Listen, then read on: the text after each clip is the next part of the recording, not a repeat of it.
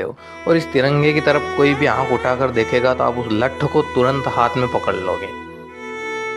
या इंडस्ट्रियलिज्म के नाम पर कोई ऐसा दंश झेल रहे हैं जिसमें किसी एक कारपोरेट का भला कर रहे हैं। 14 अगस्त 1947 की दरमियानी काली रात, उस समय दो देशों को अस्तित्व में आना था। तो ऐसी बातें करके मैं आपको काफ़ी समय तक इन्फ्लुएंस कर सकता हूँ, लेकिन मैं नहीं चाहता हूँ कि आप हमारे चैनल पर आकर यूट्यूब या गूगल की उन्हीं घिसी पीटी बातों को वापस से सुने। इस वीडियो के माध्यम से मैं ये बताऊंगा कि क्या आज़ादी के 77 साल बाद भी क्या हम विचारों से पूरी तरह आज़ाद है, क्या हम वाकई में आज़ाद है या किसी मकड़ जाल में फंसे हुए हैं, क्या हमारे देश के युवा में इतना सामर्थ्य है कि उसके हर बच्चे में भगत सिंह सा जोश हो, क्या हमारी शिक्षा व्यवस्था इतनी उन्नत है कि वह नौकर नहीं मालिक पैदा कर रही हो, और हम क्या प्रयास करेंगे कि हम हमारा देश एक ऐसे और अप्रितम परिमाण को छुए जिसकी उम्मीदें आज से लगभग 100 साल पहले स्वामी विवेकानंद ने की थी, रामकृष्ण परमहंस ने की थी।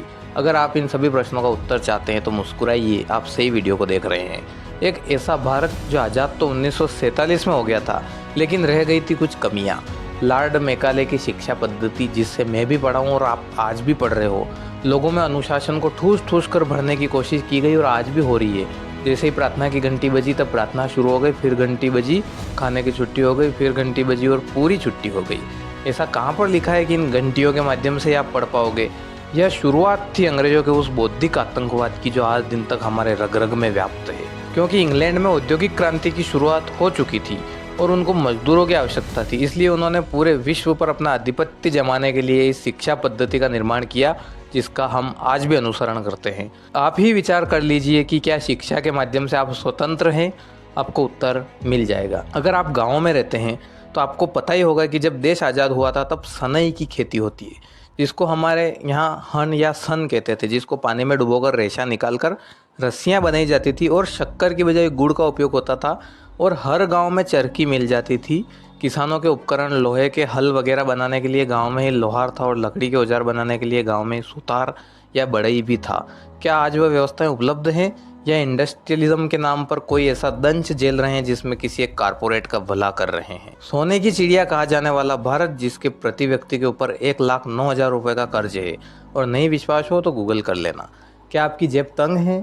सोच समझकर पैसा खर्च करना पड़ता है और आप दिखावे के लिए ना जाने कितनी भ्रांतियां उत्पन्न कर रहे हो और स्वयं ही उन्हें नष्ट कर रहे हो, तो समझ लेना कि आप आर्थिक रूप से एक ऐसे मकड़ जाल में फंसे हुए हो जिससे निकलने के लिए आपको काफ़ी मशक्क़त करने की आवश्यकता है। मैंने अभी केवल कुछ 2-3 ही समस्याएं बताई। अगर मैं यहाँ पर बताने लग जाऊँ तो एक उपन्यास लिख दूँ, इतनी समस्याएं इस देश में व्याप्त है। और इन सभी समस्याओं को जड़ से ख़त्म करने का सिर्फ एक ही देसी इलाज है जो मैं आपको बताने जा रहा हूँ। उस इलाज से आपको पता चल जाएगा कि कैसे भारत को एक बहुआयामी राष्ट्र बनाया जाए, कैसे देश को उस तरह से स्थापित करें कि यहाँ का युवा भारत को रिप्रेजेंट करता हो। तो वह उपाय है शिक्षा, अंग्रेजी में जिसे एजुकेशन कहते हैं।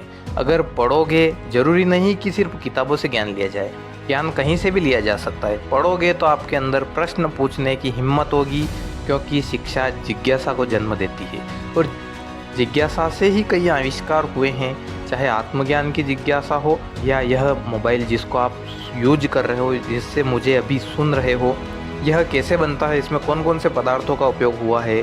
आपके अंदर एक ऐसा कीड़ा होना चाहिए कि आप हर प्रश्न की जड़ में जाकर उसका उत्तर ढूंढें, और यह शिक्षा से ही संभव हो पाएगा कि तिरंगे के जो 3 रंग हैं ना, जिनका पिछले कुछ दशकों से अलग अलग इनको बांटने की कोशिश की गई, उनको आप नहीं बांट पाओगे। अगर ढंग से शिक्षित हो जाओगे या पढ़ लोगे तो अपना धर्म स्वयं ही ढूंढ लोगे। तब आपके लिए धर्म सिर्फ एक रंग मात्र नहीं रह जाएगा, आप उस लठ से भी उतना ही प्यार करोगे जितना तिरंगे से करते हो, और इस तिरंगे की तरफ कोई भी आंख उठाकर देखेगा तो आप उस लठ को तुरंत हाथ में पकड़ लोगे। यह वही देश है जिसने 47 का विभाजन देखा, जिसने 1970 भी देखा, 84 के दंगे भी देखे, 2002 की हिंसा भी देखी। मत बांटिए इस देश को कभी धर्म के नाम पर, कभी जाति के नाम पर, कभी राजनीति के नाम पर। और यह कब होगा? जब यहाँ के लोग, यहाँ की जनता शिक्षित होगी। आज़ादी के लगभग 77 साल होने के बाद भी इस देश के किसानों की क्या दुर्दशा है। फसलों का भाव नहीं मिल रहा है, किसान तो छोड़ो, सरकारों की क्या दुर्दशा है। यूरिया DAP भी आयात हो रहा है, पाम तेल आयात हो रहा है, छोटे व्यापारियों की हालत ख़राब है। हम बड़े बड़े नारे चला रहे हैं कि आत्मनिर्भर भारत। स्टूडेंट्स की हालत ख़राब है, उनको नौकरियां नहीं मिल रही है। अस्पतालों के क्या हाल है आपको पता ही होगा। और हम हर साल 15 अगस्त आने पर स्वतंत्रता दिवस मनाते हैं। इन सभी प्रश्नों का जवाब अपने आप से ढूंढो और पता करने की कोशिश करो कि क्या हम वाकई में आज़ाद हो गए हैं। हम वाकई में आज़ाद तब हो जाएंगे जब यहाँ का किसान खुश होगा, व्यापारी खुश होगा, स्टूडेंट खुश होगा, आदमी शिक्षित होगा, उसमें भय व्याप्त ना हो, वह अंधविश्वासी ना होकर आत्मविश्वासी हो। असली देशभक्ति तब छलकेगी जब यहाँ की महिलाएं सुरक्षित होगी, आधी रात को भी रोड पर निकलते वक्त उनके मन में कोई डर ना हो, और बड़ी दोपहरी में काम करते समय किसी मजदूर के माथे पर भी उतनी ही चमक हो जो किसी सफल व्यक्ति के ललाट पर चमक रही हो, और पसीने की बूंदें अमृत की भांति मानो यह कह रही हो कि यही हूँ मैं, वह भारत जिसकी युगों से आपको प्रतीक्षा थी।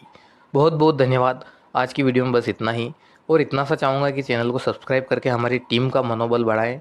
अगर हिंदुस्तान से प्रेम है तो वीडियो को लाइक करें। मिलते हैं किसी और वीडियो में किसी और टॉपिक के साथ। तब तक के लिए जय हिंद, जय भारत।